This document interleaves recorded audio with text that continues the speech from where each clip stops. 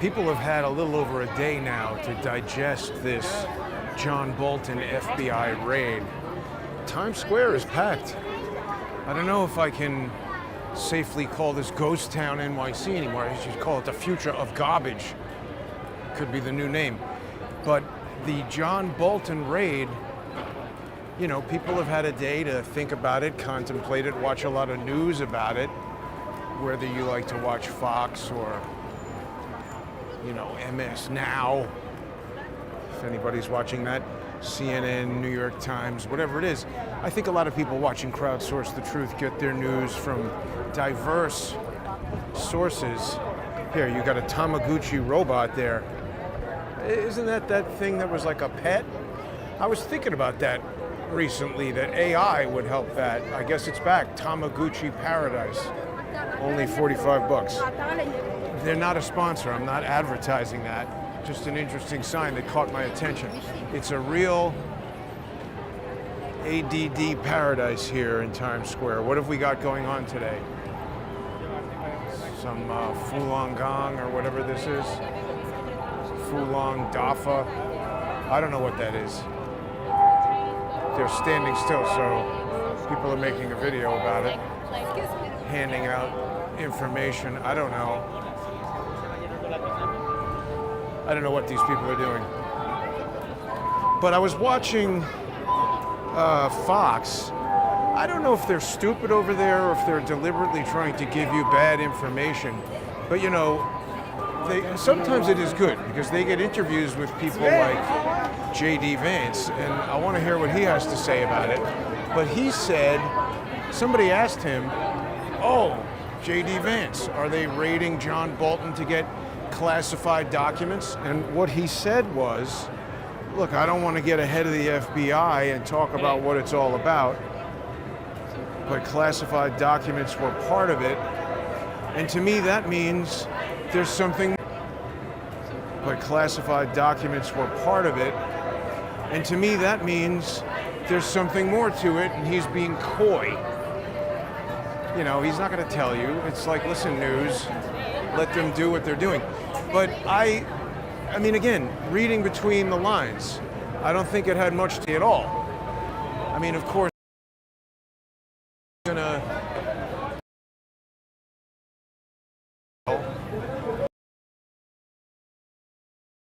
don't think it's about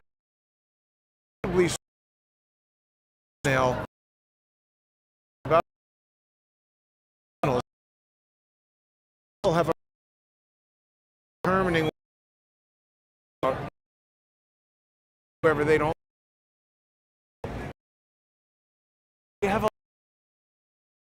They think that it's got to be about classified documents because Trump's thing was all about classified documents, and that this is retribution. So first of all, to the dumb part, I like the King Kong suit. It's got to be hot in there. It's a pretty hot day, but when King Kong is hanging out in the shade, you got the pissed off Mickey Mouse, stilt walking Statue of Liberty, out of shape Spider-Man. Everybody's here. But, you know, they're saying, oh, it's retribution. Well, first of all, I agree it is. But they should get a dictionary and look up retribution, because if you commit a crime and then get prosecuted, that is retribution. It's punishment for something that you've done. I think they're conflating it with revenge. They're trying to say that Trump is only doing this because it's revenge, and that is what these lawfare criminals want. I get so disappointed in some of these things. This little girl is too little to be standing that alone in the middle of Times Square. Where is whatever adult is hanging out with this little girl? Oh, it must be this lady. Still, that's too far away for you to have your kid in Times Square. Not safe. Retribution, sure, but that's what you get. When you do a crime, you're supposed to get prosecuted. And so we've heard, it was not Laura Ingraham, it was Megyn Kelly saying, you know, these guys did lawfare to Trump, now they're the victims of lawfare. No, they did lawfare to Trump, and now they're going to get prosecuted. They're going to run face first into the law. that's what we want. That's what we should want. That's what we should get. Times Square is pretty crowded today. So how did I come to this? I don't know if I want to call it a conclusion, but it's certainly a working hypothesis that this raid on John Bolton, I don't even know if it was about classified information. They're saying classified documents. They think that they're going to go in there and they're going to have some documents, because that's what they tried to do with Trump, right? They spread out all those documents on the floor. That's a good costume. They spread out all the documents on his bathroom floor, and we're like, ah, look at all that evidence. He must have done something. It's terrible. And then now we see that they just made all that up. Now, who are these characters? I don't recognize these folks. Is it Gumby? No. It's got to be some cartoon I don't know about. But I don't think they were necessarily after documents, even on Fox. See, the reason why I think it's useful is that even sometimes listening to stupid people or people saying the wrong thing, you can get Hawkins would like this, Operation Mincemeat, the musical. He used to talk about this. The truth is so important, it's got to be protected by a bodyguard of lies. He would comment on that. What was Operation Mincemeat? That was when they floated a dead guy. Yes. In World War II, they put some attack plans in the uniform of a dead guy and then floated him to shore. And they were like, oh, look, we found this dead guy. Here's his identification. Look at these attack plans. But it was false plans. It was a trick. And I think it's regarded as one of the most brilliant military deceptions in history, Operation Mincemeat. I haven't seen that Broadway show. They are also not a nor is Death Becomes Her. But that is based on a pretty funny Robert Zemeckis film that I enjoyed with Bruce Willis was in that. Poor Bruce Willis now, dementia or aphasia or something. But actually a friend of mine, his son owns a restaurant, and he texted me the other day, Robert Zemeckis was in the restaurant. I almost worked with Robert Zemeckis. That's a story I think I've told before. Failure of a Sony executive's TV cost me that gig. He was like, oh, I don't know, the 3D doesn't look that good. And then years later, I ran into the guy, and he was like, oh, Jason, the 3D TV in my office was broken when you came by that day. And I was like, great. I should get together with my ex-wife and call up 2015 when I could have done something with that.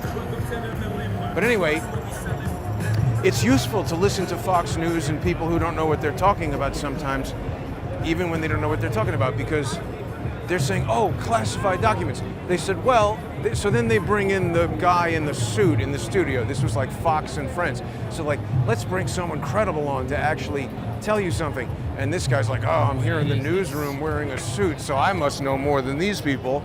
And, sources say that this raid was about classified documents, but John Bolton's attorney previously said, no, there were no classified documents, because they were saying, oh, how could John Bolton have classified documents? Trump is the president, so he had the authority to declassify anything. I mean, again, they're on a very, I guess I shouldn't criticize them. I mean, they don't know what they're doing because they just sit there in that studio speaking in hyperbolic terms, but they're coming at this from the standpoint that this is retribution, which they think means revenge.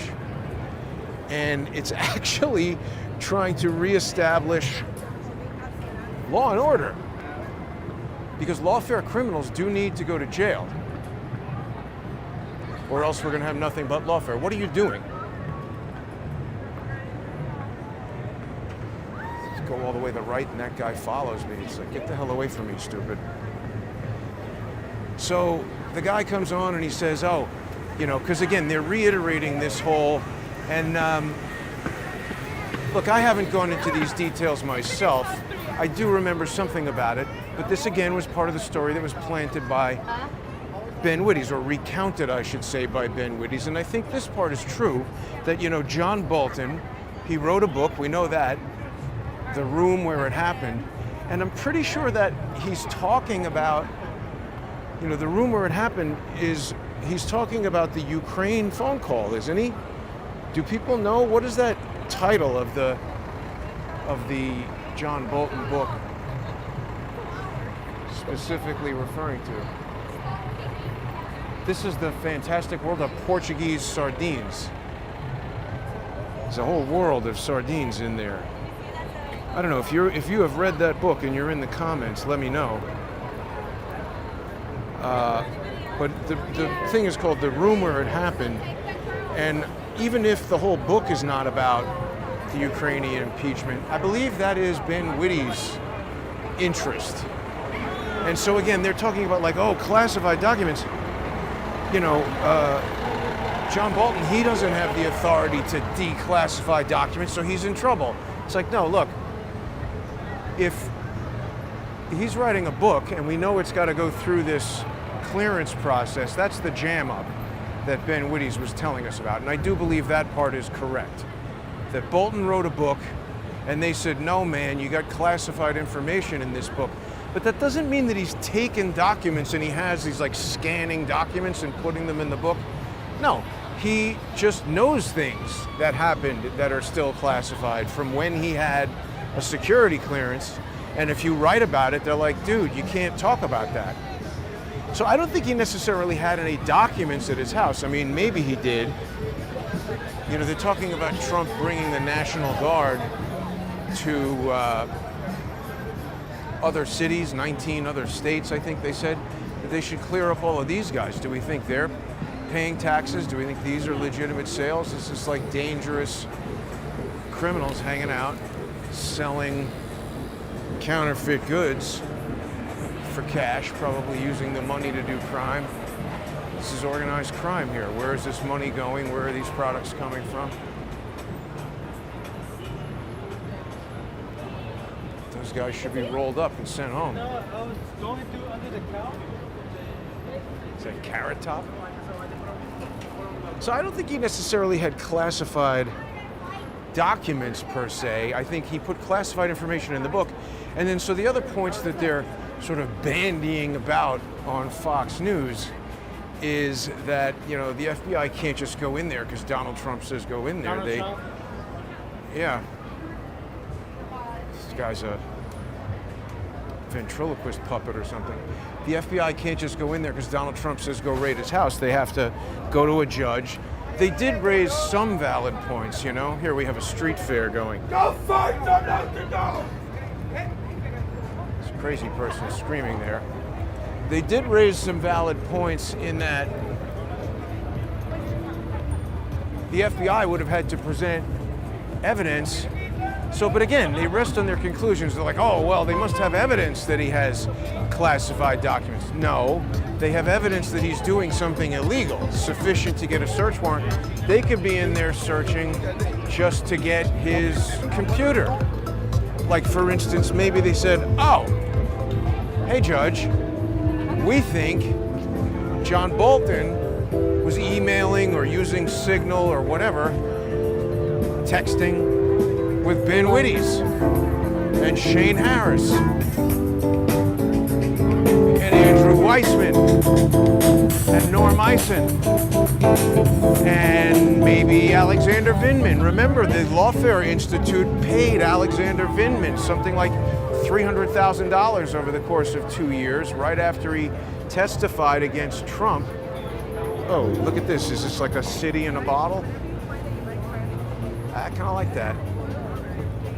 Oh no, maybe it's fragrance in the bottle. Dubai Musk. I don't know if that's a smell you're gonna like. But we don't know what they're looking for. They admit that, and then they go on to speculate. Now, admittedly, I'm speculating as well. You might say, well, Jason, you don't know. You're free to say that. These are my opinions, hypotheses formed by looking at evidence in the public domain. Other people might look at that same evidence, come to a totally different conclusion. That's fine. If you enjoy these opinions and hypotheses, I hope you'll sponsor the show on subscribestar.com or patreon.com/crowdsourcethetruth, crowdsourcethetruth.substack.com. You can also follow me on X at JG_CSTT and subscribe over there. And you're going to get access to lots of sponsor exclusive content, including the recent Counter Lawfare report where I go over all the details about how Goodman v. Boozy was resuscitated like Frankenstein. It's alive! It's like put on the table and shocked it with lightning and brought it back to life. It really is quite amazing. We're going to see what's going to happen there. And George and particularly his asshole, mentally ill, wife-swapping, paperclip Nazi brother, they're going to be really worried about this. And they come into this as well. Because again, see, well, back to that whole idea of maybe you don't like my opinions. That's fine. People are free to dislike my opinions, disagree with my opinions. There's lots of people who even have come back years later and say, oh, I realized you were right. So that's fine. It's pretty noisy over here. Let's get away from this part of the street fair. But the point is, I'm not just like, reading an article and deciding what's going on. I've been embedded in this mess for 8.5 years. And I've been thinking really hard about it, not just to make podcasts, but because they've forced me to have to basically fight for my life against them. And I'm not exactly about to be taken out by a bunch of stupid losers like them. So I believe I have realized that the reason why George and his brother have been after me for 8.5 years is because George's brother appears to be a litigation mercenary. And I always look at these things sort of as analogies for what I know. My life in the movie business when I was running 21st Century 3D, one of the last jobs we did was a ride film called Daydreams of Dubai. And I was actually pretty famous for 3D cinematography, back in the 2010s. I invented a lot of cameras and technology, and there were international books written about some of that stuff. Anyway, this producer from Dubai contacted me and said, we're going to make this 3D movie, put together a crew, and come out here and do it. So I was the director of the thing. But I had to hire a Steadicam operator and a drone operator and all kinds of, different people to fill different roles. So it's almost like if Ben Wittes was the producer and he said, hey, we need a bunch of idiots to carry out our idiotic production. And I think that George's brother, after 30 plus years of messing around in court with stupid litigation, he'd be known in these circles.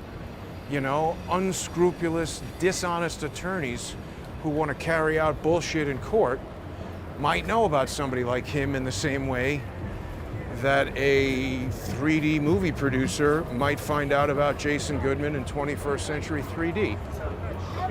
And then I go and hire all these other people who maybe that person never heard of.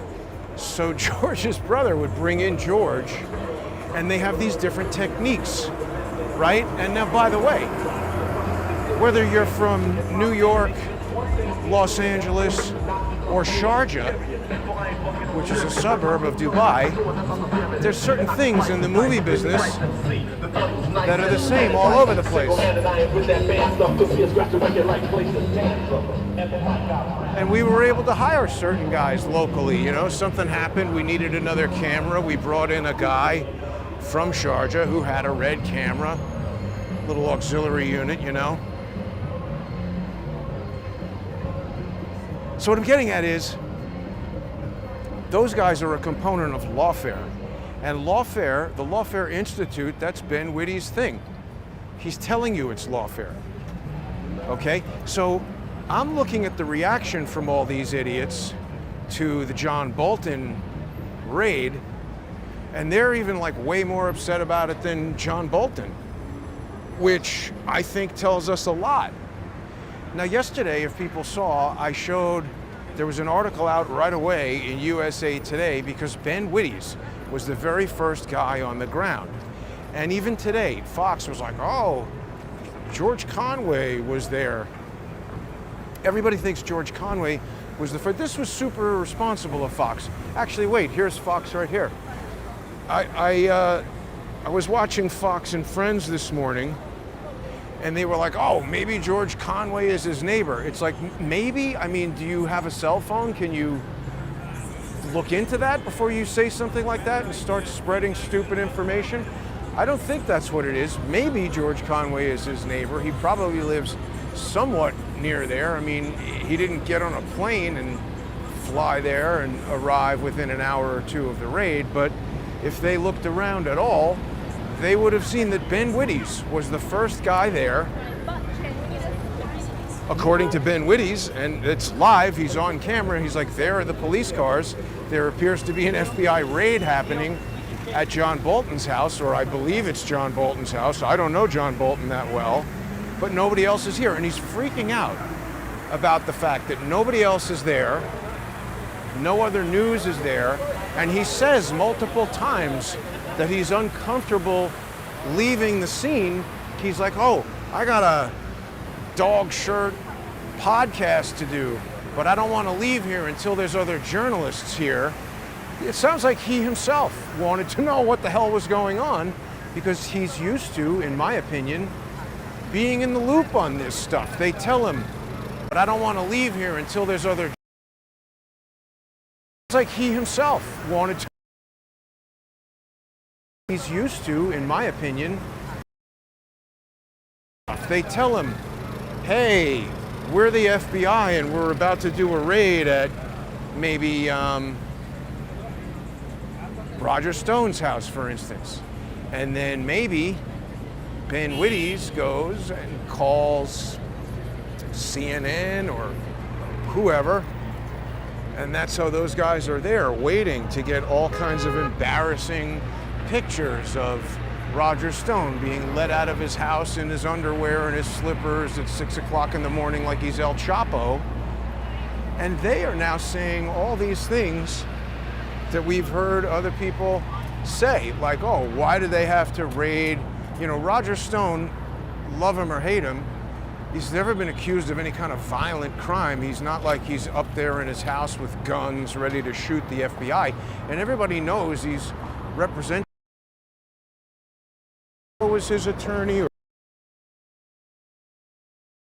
whoever was his attorney, they could have called these attorneys and said, hey, we want X, Y, and Z from Roger Stone. Can he surrender to the FBI building? I told people one time, I was away when I was living in LA and going back and forth. I came back and there was an FBI business card stuffed in my door. And they said, you know, call us. It wasn't the FBI, it was the something federal. And I called them and I was like, what's up? And they said, come down to the federal building. And I said, okay. And I went down there and they just started asking me all these questions about all these different business transactions. And I said, look, I mean, none of those are my bank accounts. I mean, this is my name and that is my social security number, but I didn't open any of these bank accounts or whatever. And when they came in, they sat down at the table, put a gun on the table. I was like, what is this? And after talking to me for X number of minutes, they just looked at each other and said, he's telling the truth. And I said, can you tell me what's going on? And they said, it seems like someone has stolen your identity and opened all these bank accounts and steal whatever kind of money. And I was like, wow. So they just let me go. And then later that day, I called them and told them, hey, you know, no, this was before I was living in Los Angeles. I must have just been traveling to California for something. But I called them and I told them, like, I had figured out some way that through my NYU ID, I had used this parking garage. And at that time, NYU made your social security number your student ID number. So anybody looking at the registration on the vehicle could have matched up the address with the social security number and steal your identity. And I don't know if the FBI ever did anything with that, but I never heard from them again about that. Anyway, there's a lot of people named Jason Goodman. My point is, when you're not a violent criminal, they have a lot of ways that they can contact you to get information from you. And, like, you know, I wasn't involved in any kind of I wasn't on the FBI's radar as far as I know back at that time. Now I think, you know, between Nina and George's asshole brother and the port of Charleston and all that stuff, obviously they have files that contain my, like, you know, I wasn't involved in any kind of, I wasn't on the FBI's radar as far as I know back at that the last 8 years, I would think. But I digress. Let's go back to John Bolton and all these Lawfare criminals. What is going on here today? Oh, maybe those gang.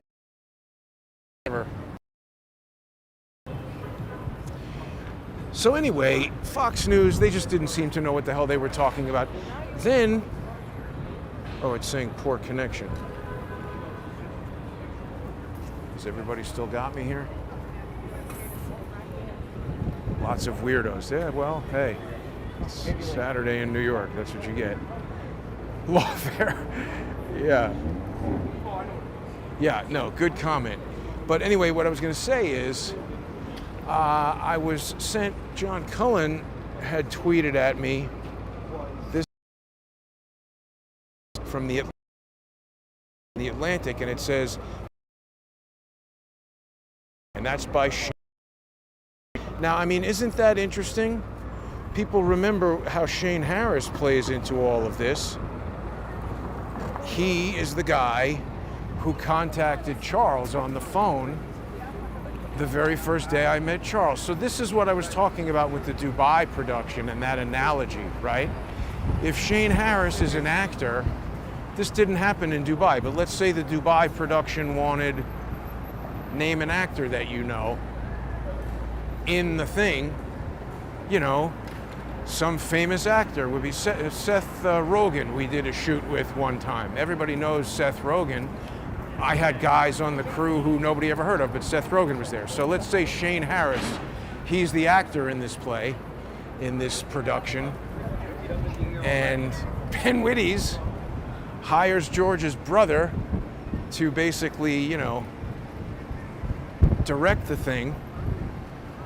And he brings in his idiot brother George to interact with me. You get it. There's an analogy there where Shane Harris, he's after Charles. Charles is an unwitting participant in this production. They're trying to nail Charles. Remember, the purpose of all of this was they wanted, oh yeah, I cleared up an important part of this with Charles on the phone yesterday, because I don't think I necessarily have emails or text messages from this time, but definitely George set up the meeting with Charles. I remember that.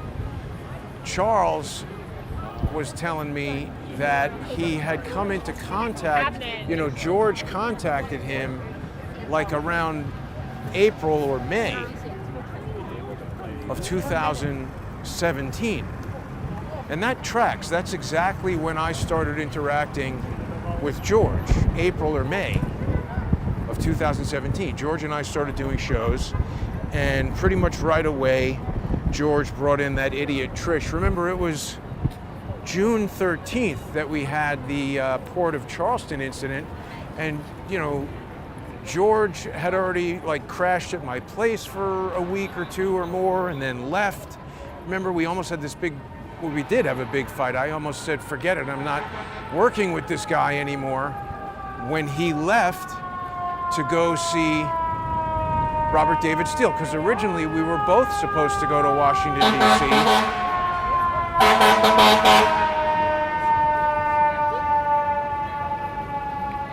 We had been working together for several weeks already, and he was crashing on my couch, and our plan was, okay, we're going to go to Washington, D.C. George had a rental car.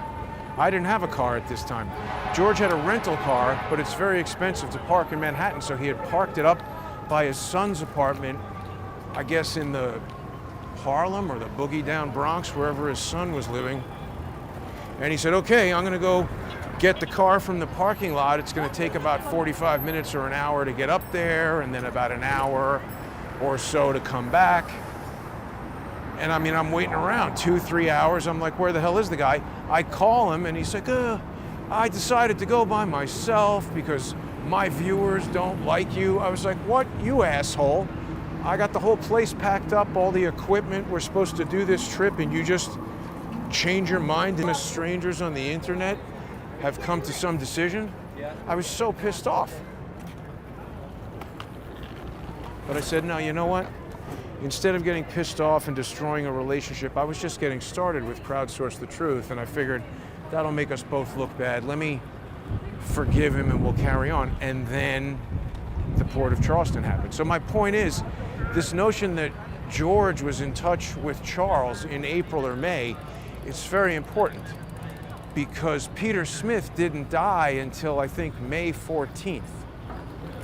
So this tracks with my, granted, this has been a hunch for a long time, but as more evidence fills in the holes, this becomes a hypothesis that is additionally supported by evidence. So George is in touch with Charles in April and May, and I think what's going on is the Lawfare people are trying to get these fake 33,000 emails attributed to Hillary Clinton, allegedly hacked by the Russians, to Charles.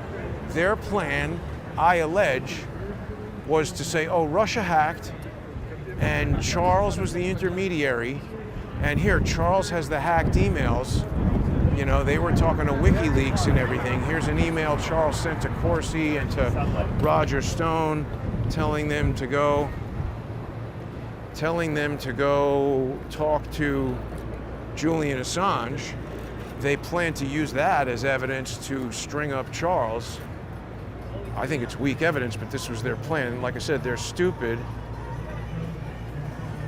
When did he die? Peter Smith. I think it was May 14th, 2017. Yes, May 14th, 2017 in a hotel in Rochester, Minnesota. So end of April, beginning of May, George is like, oh, hey, Charles, we want to interview you. And their plan, obviously, was to have Shane Harris say, oh, what's going on? And, start writing articles about Charles and just push this story about Charles having these emails, and then get the FBI to interview Charles. Say, oh, look, the Washington Post or the Wall Street Journal is saying that Charles is raising money for this effort to pay Russian hackers to get emails. Go interview him, FBI, at the Roosevelt Hotel. Where are we right now? Oh, that would have been good if I could have timed this to land right in front of the Roosevelt Hotel at the moment that I'm talking about it, but we can't do that. I'm in Bryant Park. Not that far from the Roosevelt Hotel, but also not that close. So, the other thing Charles reminded me of, and he said, this is interesting, he was initially pissed off at me because we were supposed to meet Charles sooner. I should go back and check the exact dates of this. I remember it, but I don't remember the exact dates. He said we were supposed to meet him for an interview sooner, and then I called him to reschedule the interview because, remember, I went to England with Trish to try to find Eric Braverman. And Charles, years later, said to me that really pissed him off because Charles is super organized and he doesn't like canceling meetings and rescheduling meetings and doing things at the last minute. But he also decided not to get pissed off and just let it slide. That was lucky, I think. Hey, look at that. This fountain commemorates something. Strong and beautiful character of Josephine Shaw Lowell, wife for 1 year of Patriot soldier, widow at 21. Wow, servant of New York State and City and their public charities. Sincere, candid, courageous, and tender, bringing help and hope to the fainting and inspiring others to consecrated labors. That's what the fountain is doing. So anyway, all of this evidence points to a Lawfare-inspired plan to get these stupid Peter Smith emails to Charles. 33,000 emails. And remember, that was, supposedly Peter Smith was doing something with Flynn. General Michael Flynn, who always tells us he's been in the military for 33 years. But then Peter Smith kills himself. Charles wouldn't take the emails. Their plan went sideways. So by June 30th, 2017, again, it goes back to my film analogy, you know, if you have Seth Rogen in the movie and then he says, oh, I can't do the last 2 weeks in Dubai because I have to go back to Hollywood for a more important project, see ya.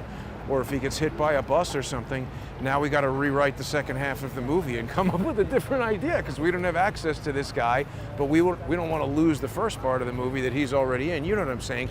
They were already underway with this plan and something went sideways. They had to improvise, it seems. So I don't know what that part of the plan was, but this was where I started becoming intrigued by Peter Smith and looking into it more.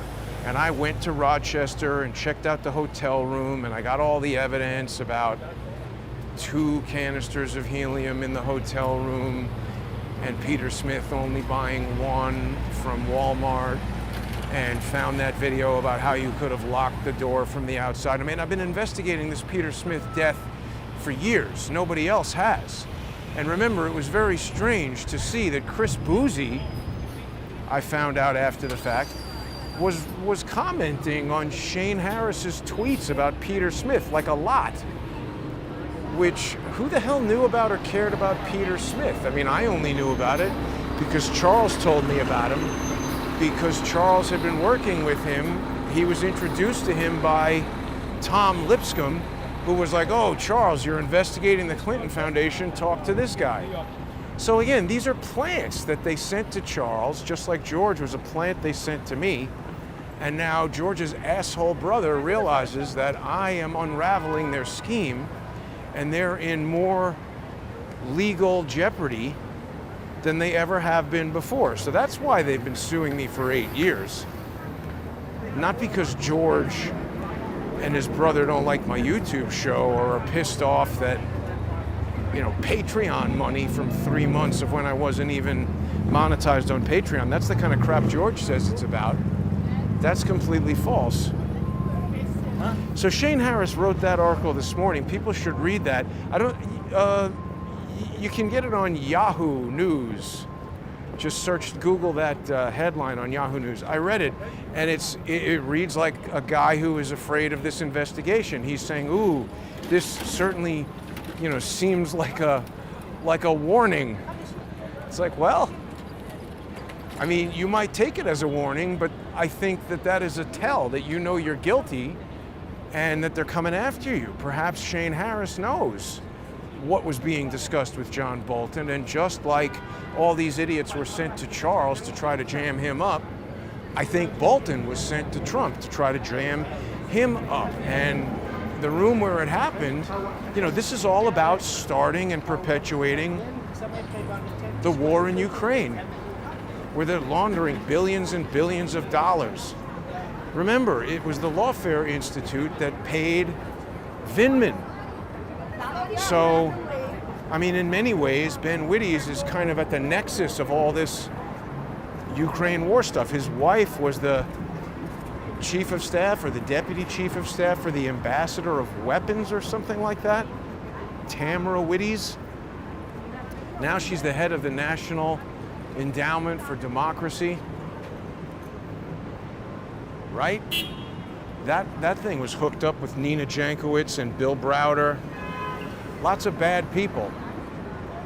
So the other thing that was really interesting to me is I could not for the longest time understand how the stupid bankrupt loser, Chris Boozy, would be represented by a white shoe law firm with over 700 attorneys, $450 million in annual revenue, 18 offices around the country and around the world. How does a loser like Boozy, how does a boozy loser get a big-time law firm like that to represent him? Boozy is like one notch above this genius. You know, Boozy might rent space from that guy. I don't think he could get Ballard Spahr to show up. But one interesting thing that I've known about for a long time, but it's just clicking in my mind right now.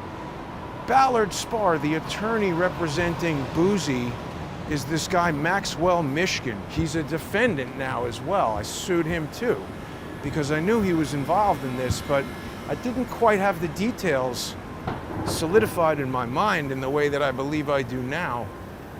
But Mishkin, he also was involved in the United States versus Sussman. That was that case that John Durham brought against Hillary Clinton's campaign attorney, Michael Sussman, for going to the FBI and speaking to the FBI General Counsel, Jim Baker, and saying, hey, you know, I just want to help out the Bureau. He was charged with lying. Now, it's true he was acquitted, but it's very difficult to know exactly what was going on in that case because so much of it has been put under seal. But I started saying to myself, wait a minute. So Mishkin was representing a guy named Eric Lichtblau in that case. And Lichtblau was not a defendant. Lichtblau was a journalist and kind of like a fact witness because he had been involved in kind of, you know, he was a conduit of some sort for information, you know, like we see our idiot friend Ben Wittes sends emails to James Comey saying, hey, look at this. Shane Harris at the Wall Street Journal is investigating all this Russian hacking stuff. The demonstrative pedagogical summary, a document from a British intelligence firm that contains Charles's name that Shane Harris would later call Charles to ask him about. I don't know if this is true, James Comey, but you better investigate it. It's going to be in the news. Then it comes out in the news, and you know Rybecki is on this email. Also, Jim Baker is on this email. Our same buddy over there who is involved in the United States versus Sussman. Could be a coincidence, but I think it's a little bit more than mere coincidence. I think we're looking at the crew. In other words, you could look at the crew from Daydreams of Dubai and the crew from Julia X, and you know, Kevin Sorbo wasn't with us in Dubai, but a lot of the same people. Wait a minute. Hey, who's that electrician? Who's this Steadicam operator? Who's the digital imaging technician? Wait a minute. I know these guys. They work together. They're doing the same productions together. So do you see what I'm saying? All these guys, all of these Lawfare shitheads are working together on the same kind of productions. I allege. This stuff hasn't been proven in court yet. So anyway, in that USA v. Sussman, Lichtblau, he's trying to keep certain, there's a Maserati, he's trying to keep certain sources under seal. He wants to seal documents. So that's why he's represented by Maxwell Mishkin in that litigation. Commonality. We're on 36th Street, but I can never remember where the Walcott Hotel is. It might be back that way. Mishkin, he files all these motions to keep Eric Lichtblau's sources under seal. And it occurred to me today, wait a minute. Is it Benjamin Wittes who's the source to Lichtblau? Because that would make a lot of sense, right? And then I was like, well, did Benjamin Wittes write about that USA v. Sussman? And sure enough, look at that, he did. On the special counsel's weird prosecution, look at that, 1221, that's a 33. Weird prosecution of Michael Sussman. So this article goes on and on about how stupid the prosecution is and how it shouldn't be done and that this is just Trump trying to prosecute his, political enemies and Lawfare Russe. He's trying to make it seem ridiculous and stupid, and this a little bit, methinks thou doth protest too much, is what I'm thinking about that. He just goes on and on and on about why he's skeptical about it. Merci, no coup. No coup. He's involved in the coup. but he wants you to think, no, there's no coup there. So I was like, well, that's interesting. Seems like Ben, no, they're there, pay no attention to that prosecution. It's weird, right? And then he wrote another article about it after Sussman was acquitted. He wrote a second article about it here, where his thoughts on the Michael Sussman verdict. And now finally here, when he's in the clear, now this is published at 11:34. Maybe he missed 11:33 by 1 minute, uploaded it late. And that would have been another encoded 33. But in here, he reveals to us, full transparency, now that I'm no longer in legal jeopardy and all of my stuff is under seal, some of my text messages with FBI General Counsel James Baker, who, by the way, is disclosure, Baker is a personal friend and former colleague at Brookings Institute and Lawfare, and some of his text messages to me were entered as evidence in the case. Oh, but wait, you can't click on the link anymore. What happened to that evidence? I would like to read those text messages, Ben Wittes. And before you start going to archive.org, I did that. You can't get them. I think that might be the material they were trying to put under seal. They succeeded. It's sealed. You can't get it. Isn't that crazy? So I think this raid on John Bolton's house is about rolling up the Russiagate criminals, the Lawfare network. I don't think it'll reach as far from a criminal standpoint as George and his asshole brother, but that's fine. I guess Comic-Con must be happening or something. It wasn't expensive, but yeah. It's people in costumes. But what do people think about that? I mean, this is like an 8.5-year-long investigation. Some of this evidence is, that's 3 years ago that case happened. And you know what? When I said to John Durham at that hearing where Ivan Raiklin was there, and Raiklin was there, he's looking after General Flynn's interests. That's where I met Ivan Raiklin and tried to hire him to become my attorney for that case where Nina Jankowicz is trying to jam me up. Isn't that weird? Nina Jankowicz and Ben Wittes are represented by the same attorney in Goodman v. Boozy, not Michigan, somebody else.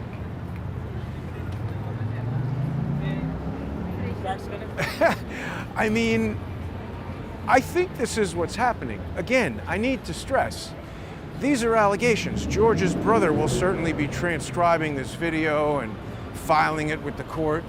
Go ahead. I don't mind. But these are allegations, statements of pure opinion, my conjecture based on public domain evidence that these people put into the public domain. You might look at that evidence and come to a different conclusion. You're free to do that. But if you find what I talk about interesting, entertaining, informative, educational, please sponsor the show. These people have been trying for 8.5 years to destroy my livelihood, and they've been more effective than I like to admit. I really need your sponsorship and support by going to subscribestar.com/crowdsourcethetruth, patreon.com/crowdsourcethetruth, crowdsourcethetruth.substack.com. You can make a one-time sponsorship payment of any amount on paypal.me/crowdsourcethetruth. If you used to sponsor on Odyssey, you got to do that with cryptocurrency now. And if you're still on there, that means you were getting the show for free for 3 months. So thanks to all the people who have made up for lost time with the one-time sponsorship payments on paypal.me/crowdsourcethetruth. You can also sponsor, if you're following me on X, at JG_CSTT, by subscribing there. So again, that's what I think is happening. We know that Ben Wittes is in the practice of emailing people at the FBI. Obviously, if he's saying he's got the this document that he got from Shane Harris. He's going to have emails with Shane Harris. So doesn't it stand to reason that if he's got text messages with Jim Baker that were evidence in the case, those are gone. He would probably not want to see text messages. Maybe it never even went into evidence. Yeah, that makes more sense. So we've seen, he's admitting that the text messages between him and Jim Baker weren't evidence in that case, but it certainly would be very damning if then corresponding text messages with Eric Lichtblau showed up. That made, like, in other words, we see this communication. Yeah, see, we see this communication with James Comey, and that's evidence that we got from the Senate Homeland Security and Government Accountability Committee. And I always say, you know, certainly James Comey, he might be a jackass. He's definitely a jackass, but he's a sophisticated lawyer, a sophisticated prosecutor, lots of experience in court and handling evidence. I just don't think we would see that email in evidence unless they wanted people to see it. I think the part of it that they don't want you to see is the Ben Wittes communications with Shane Harris leading up to that, saying, okay, we got to get these emails to Charles Ortel. I'll go email Comey and tell him to communicate with you. So do we have similar communications with Eric Lichtblau? The court has seen these Ben Wittes communications with Jim Baker, the relevant communications in U.S. v. Sussman, but we can't see them anymore. And obviously Sussman got off. Maybe Sussman got off because if we could have seen those communications, those alleged communications between Ben Wittes and Eric Lichtblau, they would have said, wait a minute, this is a broad conspiracy to plant fake information and get the FBI investigating leads that don't actually exist, to open up investigations into people. See, that's the other important thing that occurred to me from reading those articles. Ben Wittes is smearing that prosecution. He's like, oh, you know, this whole communication about Alpha Bank, that's what was going on there, is that Lichtblau was writing in the New York Times about how Alpha Bank had a server that was allegedly pinging somebody at the Trump Tower, and Donald Trump was somehow in communication with the Russians through this thing. Alpha Bank denied it, and it was proven to be completely fake. So Ben Wittes is saying, oh, that's a fake story. Total nonsense. Pay no attention to that. Would they have done the same thing with the emails had they been transmitted? Uh-oh. Wait, we've lost.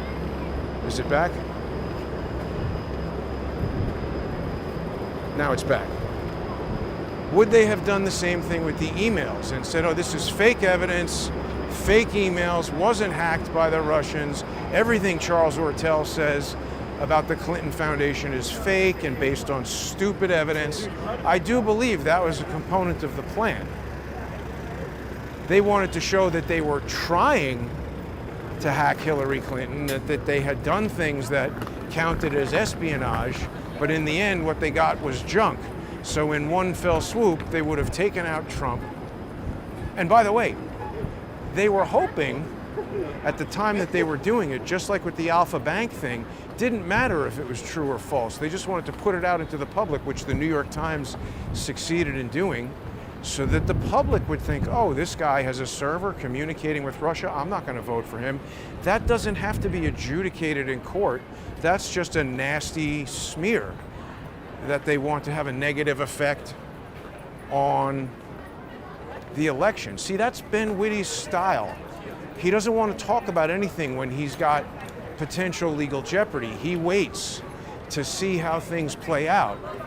And then when he sees, okay, Joe Biden is going to be president December 2020, now, see, that guy doesn't want to be seen. Why is he walking? What's that fucking guy's problem?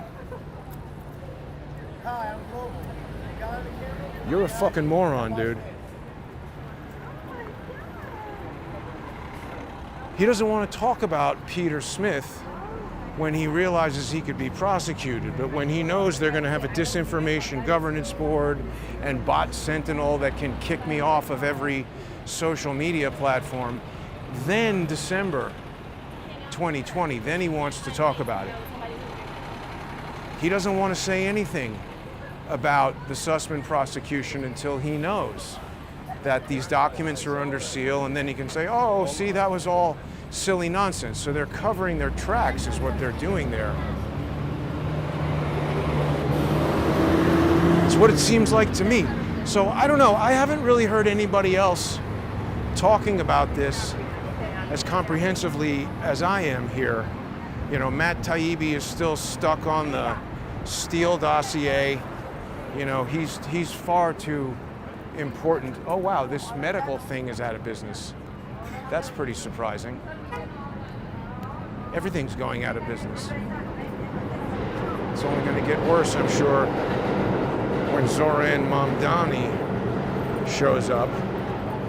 But, you know, screaming homeless lunatics, I don't know, I'm not really too into federalizing the police, but I think they've sort of already done that through the JTTF. So if we're going to do that, I'd rather at least project that enforcement toward actual criminals than me. That's already happening. You know, Valerie Caproni and so far everybody in the U.S. District Court has been facilitating this lawfare, allowing George's stupid brother to get away with nonsense. I have a feeling the winds of change are blowing, and he's not going to be able to do that for very much longer. I certainly have their nonsense figured out, I think, better than I have before. So just wanted to take a little walk and tell everybody about that. What do people think about all this? I think that's what the purpose of the John Bolton FBI raid was. It's the start of the end for the lawfare losers. So Ben Wittes, right, and so on the news, they missed the whole Ben Wittes angle. They were like, oh, George Conway was outside there. No, Ben Wittes said, we need to get journalists out here before I leave, and he likely would have called George Conway.